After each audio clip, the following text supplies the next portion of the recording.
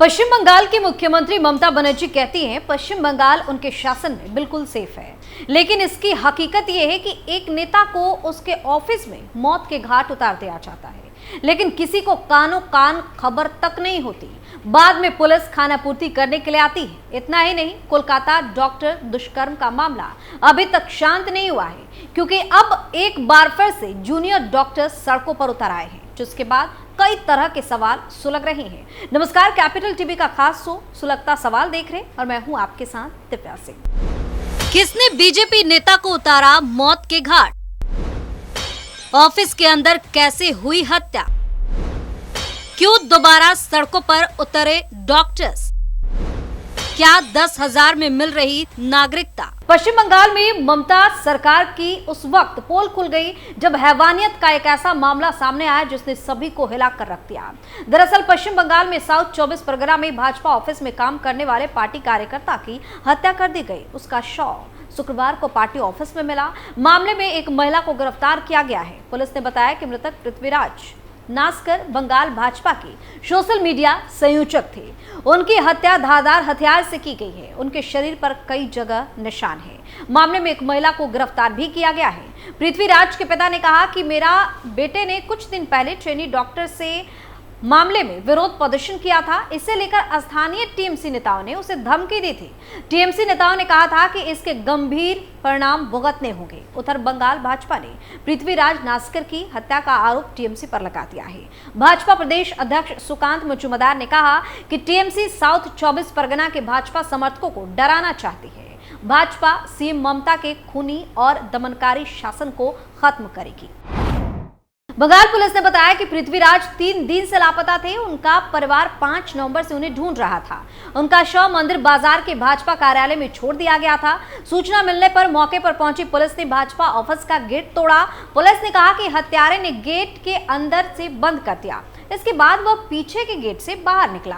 शुरुआती जांच और मोबाइल फोन की ट्रैकिंग के बाद एक महिला को पास के इलाके से हिरासत में लिया गया। पूछताछ में महिला ने हत्या की बात भी कबूल कर ली, जिसके बाद उसे गिरफ्तार किया गया। पुलिस इस बात की जांच कर रही है कि क्या पृथ्वीराज की हत्या राजनीतिक हिंसा का मामला है या किसी आपसी रंजिश के कारण उनकी हत्या की गई है। भाजपा के मथुरापुर जिले के सोशल मीडिया संयोजक पृथ्वीराज नास्कर को ममता बनर्जी के टीएमसी के गुंडों ने अगवा कर टॉर्चर किया, फिर उनकी हत्या कर दी। वे 3 दिन से लापता थे। पृथ्वीराज नास्कर के परिवार ने ममता की पुलिस से मदद की गुहार भी लगाई थी, लेकिन ममता की पुलिस उन्हें नजरअंदाज कर रही थी। ममता बनर्जी आतंक, खून और क्रूरता के जरिए विपक्ष को चुप कराना चाहती है। ममता ने बंगाल को एक अराजक, खून से लथपथ तानाशाही में बदल दिया है, लेकिन भाजपा पीछे नहीं हटेगी। न्याय जरूर मिलेगा और इस अत्याचार का अंत भी होगा। हमारी लड़ाई तब तक जारी रहेगी जब तक शहीद पृथ्वीराज के हत्यारों को सामने नहीं लाया जाता और उनके परिवार को न्याय नहीं मिल जाता। भाजपा के आरोपों का पलटवार करते हुए टीएमसी नेता और पूर्व राज्यसभा सांसद कुणाल घोष ने कहा कि भाजपा को नास्कर की मौत के पीछे का सही कारण पता है, लेकिन वह टीएमसी को फंसाने के लिए झूठ फैला रही है। घोष ने कहा कि ऐसी खबर सामने आ रही है जिसमें दावा किया गया है कि पृथ्वीराज कई लोगों से दुश्मनी थी। उसके शरीर पर चोट के निशान हमलावर की पृथ्वीराज के प्रति दुश्मनी को दर्शाती है। उम्मीद है कि पुलिस जांच में इस एंगल को भी शामिल किया जाएगा। पश्चिम बंगाल में लोकसभा चुनाव के दौरान कई जिलों में हिंसा हुई थी। कोलकाता, नॉर्थ 24 परगना, साउथ 24 परगना, वर्धमान और कूच बिहार में चुनाव शुरू होने से लेकर अब तक हिंसा की 500 से ज्यादा घटनाएं हो चुकी हैं। 2021 के विधानसभा चुनाव के वक्त भी ऐसे ही हालात थे। चुनाव के नतीजे सामने आने के 24 घंटे के अंदर 12 लोगों की मौत दर्ज की गई। बीजेपी ने 6 पार्टी कार्यकर्ताओं की हत्या का आरोप भी लगा दिया। वहीं टीएमसी ने 5 लोगों की मौत का दावा किया था। 2023 में हुए पंचायत चुनाव के वक्त भी 50 से ज्यादा लोगों की मौत की बात सामने आई थी।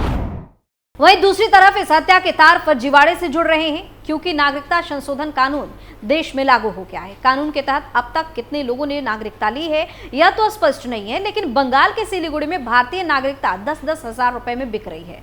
फर्जी आधार के साथ पैन कार्ड और वोटर कार्ड बनाने का धंधा जारी है। मात्र 10,000 रुपए में फर्जी आधार कार्ड बनाकर दिए जा रहे हैं। नेपाली और बांग्लादेशी इसी के बल पर भारतीय नागरिक बल बैठते हैं। मिलिट्री इंटेलिजेंस की सूचना पर फर्जी आधार कार्ड बनाते एक व्यक्ति को पुलिस ने गिरफ्तार किया। आरोपित संजय सरकार को फर्जीवाड़ा और धोखाधड़ी के आरोप में शनिवार को सिलीगुड़ी कोर्ट में पेश भी किया गया। उसकी जमानत याचिका खारिज कर दी गई और 5 दिन के लिए रिमांड पर पुलिस के हवाले कर दिया गया। उसे पूछताछ कर पुलिस गिरोह के अन्य सदस्यों का पता लगाने में जुटी है। उसने 10-10 हजार रुपए लेकर नेपाल के नागरिकों का आधार कार्ड बनाया था। सूत्रों के अनुसार सिलीगुड़ी के निकट फांसीदेवा क्षेत्र में बांग्लादेश और नेपाल के काफी लोग दोहरी नागरिकता वाले हैं। क्षेत्र की सीमाएं बांग्लादेश से लगती हैं। इसे बांग्लादेशी को पुलिस ने पकड़ा भी, जिनके पास से भारतीय आधार कार्ड मिले हैं। आरोपितों को फर्जीवाड़ा और धोखाधड़ी के आरोप में कोर्ट में पेश किया गया है। उसकी दुकान से 2 कंप्यूटर, 4 फर्जी आधार कार्ड, मोबाइल फोन और अन्य दस्तावेज भी बरामद हुए। सबूतों के आधार पर जांच को आगे बढ़ाया जा रहा है। फर्जी पासपोर्ट बनाए जाने की भी जांच हो रही है, लेकिन इससे संबंधित कोई साक्ष्य नहीं मिले हैं। मुसीबत यहीं पर खत्म नहीं हुई है, क्योंकि अभी और कहानी बाकी है। दरअसल आर्जिकर मामले में न्याय की मांग को लेकर जूनियर डॉक्टर ने 9 नवंबर को कॉलेज स्क्वायर से एस्प्लेंडेड तक मार्च निकाला। इस जुलूस में नागरिक समाज के लोग भी शामिल हो गए। जुलूस के अंत में उन्हें जनता चार्जशीट दायर किया गया। इस अवसर पर प्रदर्शनकारी डॉक्टरों का साफ संदेश है कि जब तक उन्हें न्याय नहीं मिल जाता वे सड़क से नहीं हटेंगे। आर्जिकर मेडिकल कॉलेज में मेडिकल छात्रा का शव 9 अगस्त को सेमिनार हॉल से बरामद किया गया था। हत्या की घटना पर न्याय की मांग को लेकर जूनियर डॉक्टर उसी दिन से विरोध प्रदर्शन कर रहे हैं। उन्होंने धरना प्रदर्शन से लेकर भूख हड़ताल तक सब कुछ किया है। जूनियर डॉक्टर्स ने कहा कि हम सड़कें नहीं छोड़ रहे हैं, आंदोलन ऐसे ही जारी रहेगा। न्याय मिलने तक मैं यह आंदोलन जारी रखूंगा। हालांकि कार्यक्रम में डॉक्टर्स फ्रंट के कई परिचित चेहरे शामिल नहीं थे। डॉक्टर ने कहा कि परीक्षा सामने होने के कारण वे फिलहाल आंदोलन में शामिल नहीं हुए। डॉक्टर ने इस कार्यक्रम में आम लोगों के अलावा कई प्रतिष्ठित लोग भी शामिल हुए। इनमें चैती घोषाल, देवालीना दत्त, पूर्व न्यायाधीश अशोक गांगली का नाम उल्लेखनीय है। जुलूस की शुरुआत में बड़े बड़े बैनर दिखे जिन पर लिखा था 90 दिन बीत गए, कब तक न्याय नहीं मिलेगा।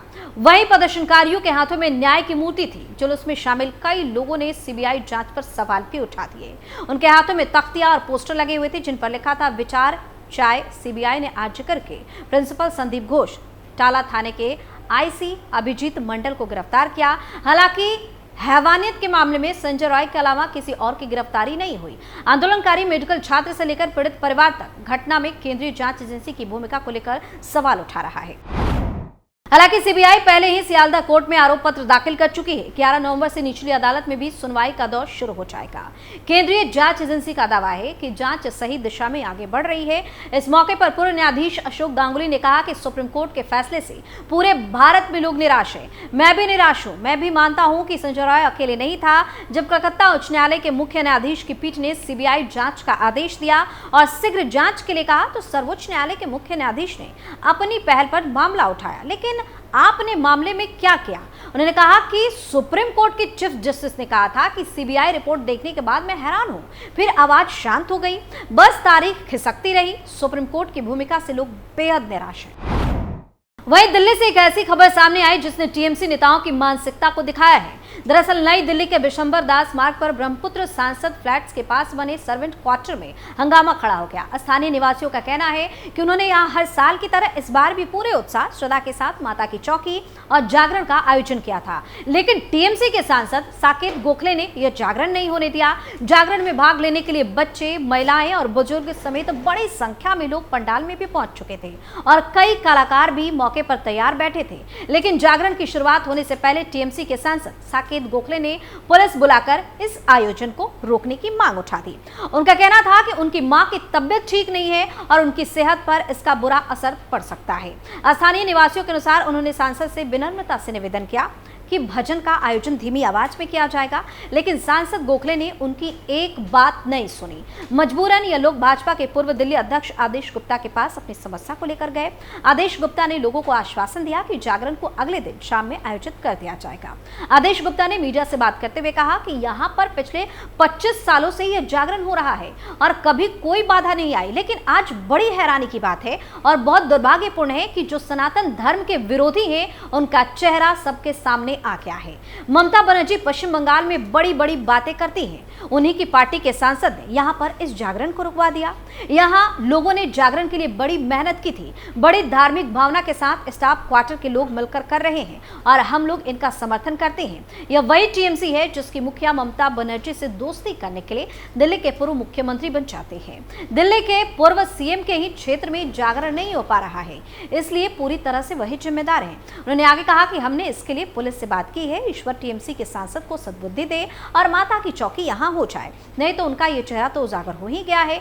इसका मुख्यमंत्री ममता बनर्जी कहती हैं कि पश्चिम बंगाल में दुर्गा पूजा के बड़े कार्यक्रम होते हैं, लेकिन अब उनका यह चेहरा भी सामने आ गया और दिल्ली के पूर्व सीएम अरविंद केजरीवाल टीएमसी का समर्थन देने के लिए बहुत आतुर रहते हैं। इससे पता लगता है कि दोनों की मानसिकता एक है। उन्होंने कहा कि साल 2025 में जनता दिल्ली की इन लोगों को सबक सिखाएगी जिन्होंने सनातन धर्म और नई दिल्ली विधानसभा की जनता में से किसी का भी ख्याल नहीं रखा। आदेश गुप्ता ने यह भी बताया कि टीएमसी सांसद ने इस मामले पर कोई बातचीत नहीं की और अपना दरवाजा तक नहीं खोला। यानी कुल मिलाकर ममता बनर्जी चारों तरफ से घिरी हुई हैं, जिससे उनकी मुसीबतें कम होने का नाम नहीं ले रही। सुलगता सवाल में फिलहाल के लिए इतना ही। देखते रहिए कैपिटल टीवी। नमस्कार।